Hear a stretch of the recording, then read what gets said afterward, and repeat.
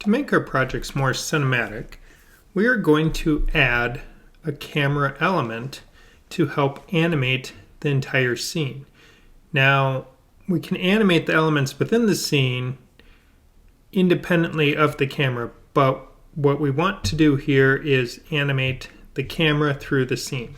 So I have a bunch of layers of artwork set up. I have a sky, ground, some mountains, some clouds, trees, and a house. So all of these layers we're going to work with. I'll extend my timeline out just using F5. So now it's been extended out and it's ready for us to add some stuff. Now to do this and to add in the camera, what I want to do is add a camera layer. I click on plus and I can choose new camera.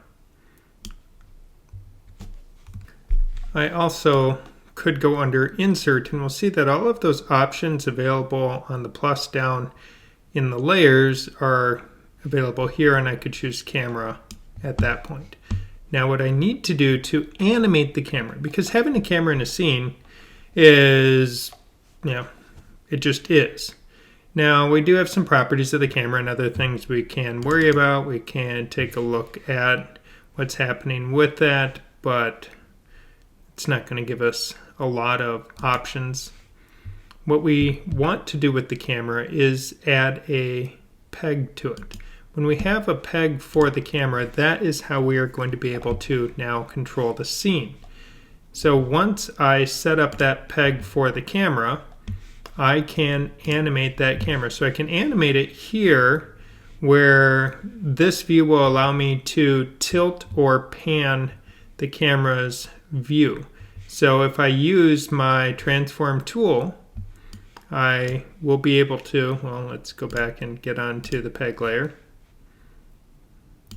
Now we can see how it's changing the view.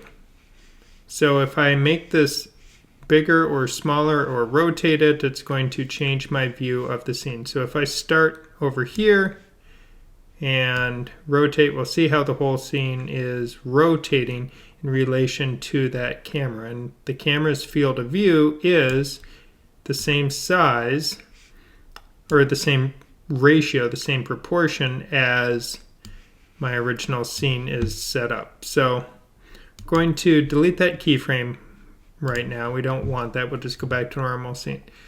So I have a camera, I can work with it. But what I really want to do to maximize what is happening here is I want to change my layers a little bit and adjust their positions in space. And what I mean by that is if we examine our scene from the top, what we will see, and I'm going to allow this to become a little bit bigger so we can see, is all of my layers exist in this one flat plane.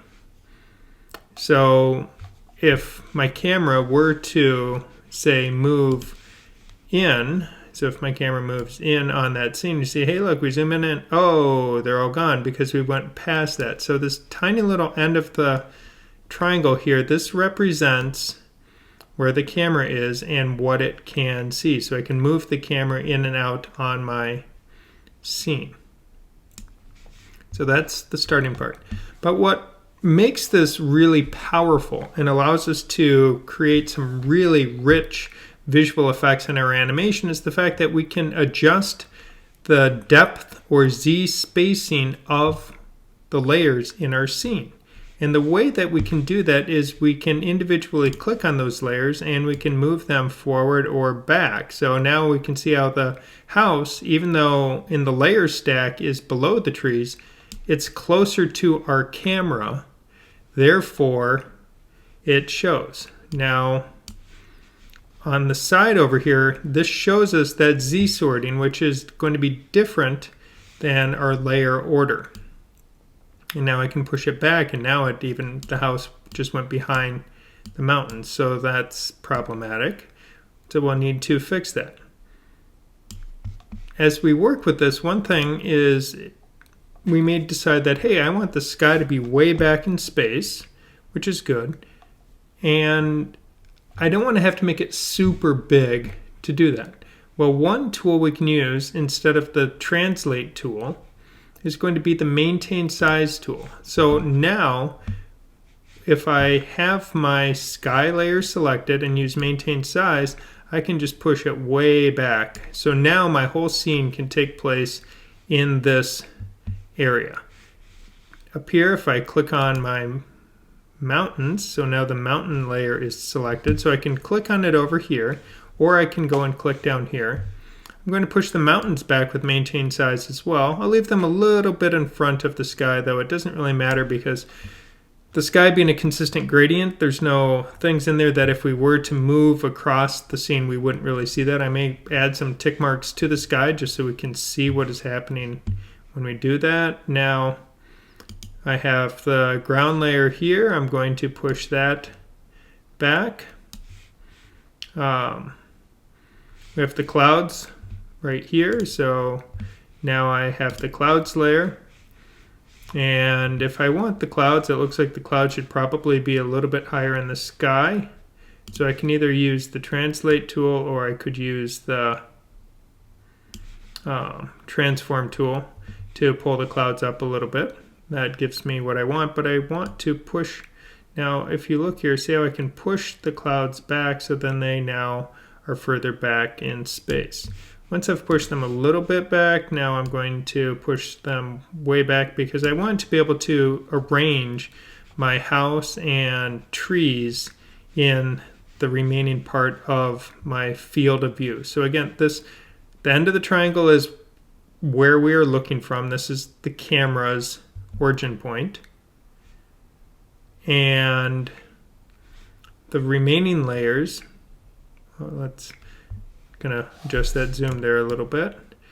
And the remaining layers are all stacked right here on our kind of picture plane. So this is considered 0. Everything here would be pushed back. Everything in front would be pushed forward. Now if I go to the house layer, I want that house to shrink down a little bit as it goes back. So I'm going to put the house closer to the mountains. And now I have some trees, so I'll push this tree back close to the house, go to the next tree, push that tree back, and I'm going to move it over a little bit here because I want the trees, and we can see how that adjusts the view in our camera view as I adjust something in my top view. Now this tree, I'll pull this one over, and I'm going to pull this tree even further forward so we can see how it gets closer to the camera and it's bigger. So I drew all the trees essentially the same size, but now this tree is bigger than the other two because it has been pulled forward in space closer to the camera. Now I'm not even going to touch any of my other layers right now. I'm only going to animate the camera. So what I want to do with this scene, so we can see here's my top view, here's my front view of the scene. And I'm going to, I'll use the translate tool first because what we're going to do is I'm going to set up, and now notice as the scene, as I move across the scene, how we're getting the sense of what's called parallax. So objects that are closer move faster, objects in the distance move slower. So watch, see how the front tree is really moving, but look at the clouds in the mountain valley right there as they move. You can see how they're shifting in relation to the mountain. Again, further giving us this sense of space within our scene. So I'm going to start my scene over here, and what I can do is just move to this point in time. I'm going to drag this over. I'm going to go past our scene, and now we can see how it creates this animated movement across the scene. Now if I want, I can go here. I'm going to switch tools and go to the transform tool, and I'm going to put a little bit of rotation in.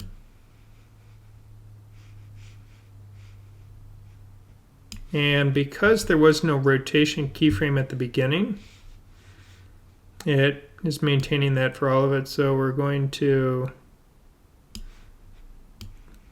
so now we start out horizontal. Now we can see it rotates up. Going to go over a few more frames. And now I want to rotate it back just a little bit, but also I want to shift that scene over. And I'm going to use the translate tool on the top view and start pushing in. So you'll see how we're able to create a sense of space within the scene. Now, this next part, this is where it's really going to become significantly more dramatic. We're going to start pushing in past that tree, and you can see how that tree has disappeared from our view. I'm going to work on kind of keeping things a little bit more centered, because when we go past it, I want to have it get the little kind of that pop when it disappears as we go past right there. Now all of these transitions, if I play it at real time, are going to be much too fast because I'm only doing 10 frames at a time. So I mean, all of that movement is happening in less than 2 seconds.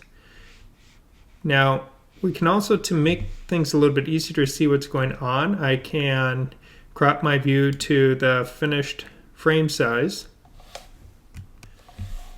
And the camera mask allows me to better see where the edges are in my animation. But if I run this at real time, we'll see it goes really fast. But we still have some pretty fluid movement happening here. So now as we've blown past that first tree, now I will use my translate tool and move. Now notice the camera mask turns yellow when the camera layer is selected. If I choose some other layer, it goes back to black. But when the camera peg is selected, it puts the yellow on there. So don't freak out about that. That's a little disconcerting, but it's not the end of the world as we work with it. So now I want to push my camera in tighter. So it's matching the yellow of the selection that's happening there. I'm going to push that in, pull it over. So we start getting kind of a little bit of slide in the movement. And I'm going to end my camera movement as I go past the trees. Oh, looks like we're on the roof of the house right there. So that we'll need to pull it down and over. And now I'll just kind of pull back just a little bit because I want to be past that tree, focusing on the front door. So rewinding, and say we go past the branch. So the camera in Harmony really can give you a nice quality to the movement. Now all of these are using motion keyframes, so we're getting fluid camera movement. And what we're going to look at next is how we can use the camera in our 2-character scene to simulate cuts between different shots as if we were editing video clips. Back in our 2-character file, we're now going to repeat the process of adding a camera. So I can go insert camera, and then I will put a control peg on that camera. I can just close it. So if we add keyframes or do other stuff to the camera, none of that matters. Now, another thing about working with cameras is it is possible to have multiple cameras in your scene. So if you set up a really complex scene and you wanted to have it just toggle between one camera to another, you can have different cameras.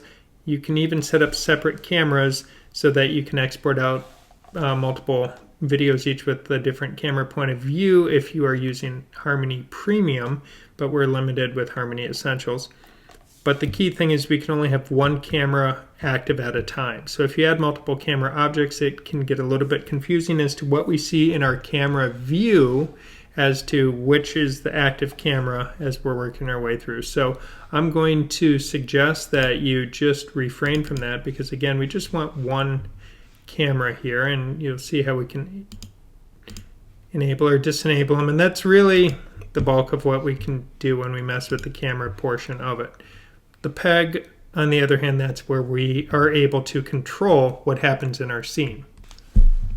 Looking in our top view, we can see what's happening with the layers. Now I'm going to just turn off the scrubbing audio. We don't need to see that, but we can see the layer even moving across the view there. And if you watch which layers are currently active as we change heads, we can see how we're changing what's there. But both characters are in the same plane. And in this particular example, that's going to be okay, because I want to use the camera a little bit different than doing our cinematic pans and tilts that we saw in the landscape view. But you could certainly incorporate that as part of what we're doing here. But instead, what I want to have happen, I'm going to turn on my camera mask so that we have that. Now, of course, if I turn that off, it's there. So I want, when the slug comes in, we start with this two shot, we hear them talk. I hate you. I hate you. And now, I hate you. so at this point, I'm going to take the camera. So we're going to go back to the very beginning in the timeline. And what I want to do is insert a keyframe. And I use function key F6 to insert that keyframe. Now, one of the advantages of doing that is that sets both your rotation and position information. Now, I decided I hate you. right after I hate you, Hate you. and I'm going to do just a quick little punch in on my slug character here. So I'm going to insert a keyframe, F6, and now using the translate tool in my top view, I am going to punch in, and we'll move this over a little bit, down a little bit, and you don't have to click on the arrows to do it. You can just kind of click wherever you want. So now we see, okay, well, that would be zooming like that, but what I don't want to do is I don't want it to be a motion keyframe. I want it to be a stop motion. So it comes in, I hate you. and we immediately just jump to that to capture that eyeless, kind of the eye roll expression of the slug. And now I'm going to adjust my position here again, and this time I'll pull back out, and I'm going to recenter them in the frame.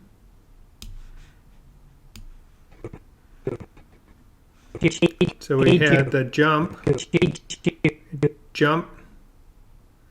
and then it's going to recenter them in the frame. Actually, at this point, instead of the recenter, let's have it focused on the slug.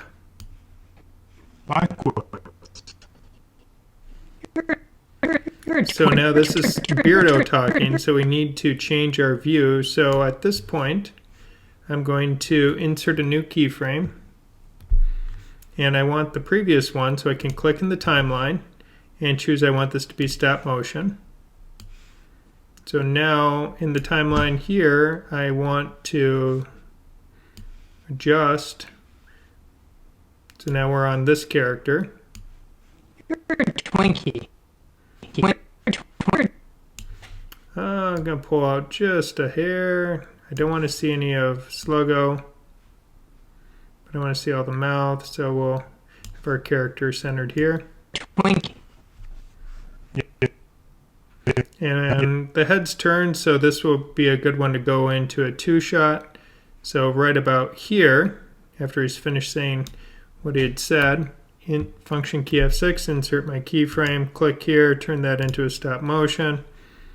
And now at this keyframe, want to pull back out so we can see both characters, and we'll recenter them on the frame. But that way I did it right before the head turn.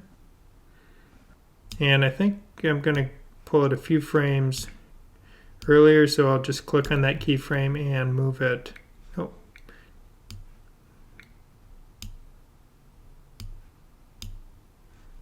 Right about there. So now if we go back and watch the whole of the animation. With the fork. I hate you. Likewise. You're a Twinkie. Yeah, I heard that one. What else is new? You mind? How come you didn't come out the other night? What night? So we're making progress here, and what it requires us to do is to just start looking at how we want to. Yeah, I heard that one. What that one? So right here, Yeah, I heard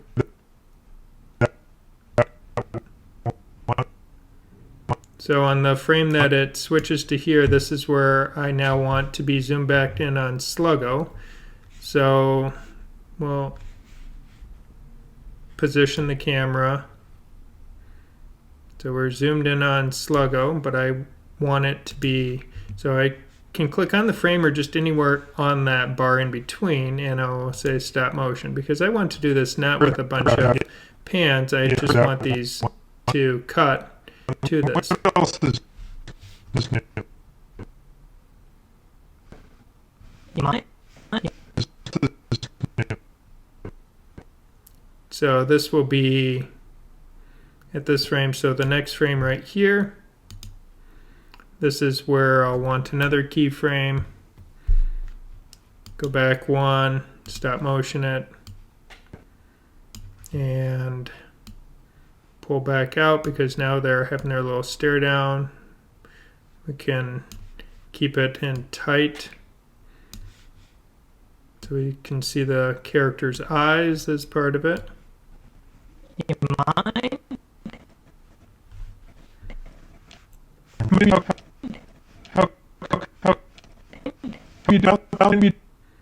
So from here, so after You mind? you do mind, now I'm going to insert a keyframe. There's no movement here with the camera, so that doesn't really matter. But what I want to do is I want to pull out right here. So then we'll pull out, move it over a little bit so they're centered, watching the headroom in the frame. Mind? How come you didn't come out the other? And now this shot right here, this next frame, because of where I ended it, I don't have to worry about changing to a stop motion, but I'm going to zoom it in on Beardo. Pull it up a little bit so we can see his mouth while he's speaking. What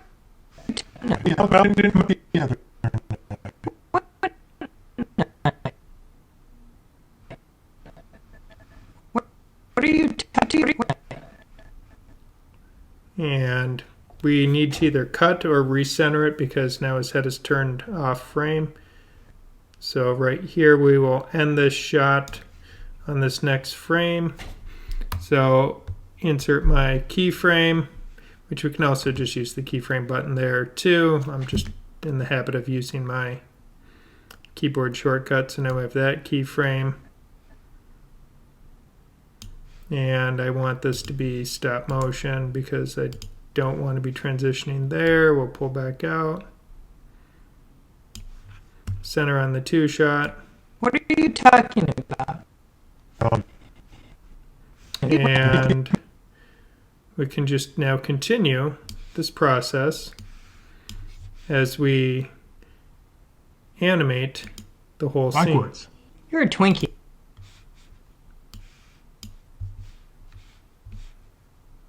Go back to frame 1. Sorry. Try again. With the fork. I hate you. Likewise. You're a Twinkie. Yeah, I heard that one. What else is new? You mind? How come you didn't come out the other night? What night? What are you talking about?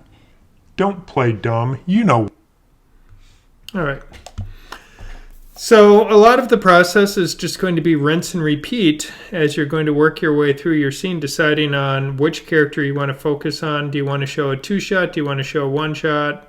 Do you want to change their positions where you could even set up an over the shoulder if you have a back view and a front view of your character? So there's a lot of possibilities, because now that they're speaking, I haven't done any animating of the two characters, and I certainly could be moving them. I could move their heads. I could change their positions relative to each other to further work the shot a little bit. It's about putting in the time, putting in the work, and developing your vision and creatively solving your scene.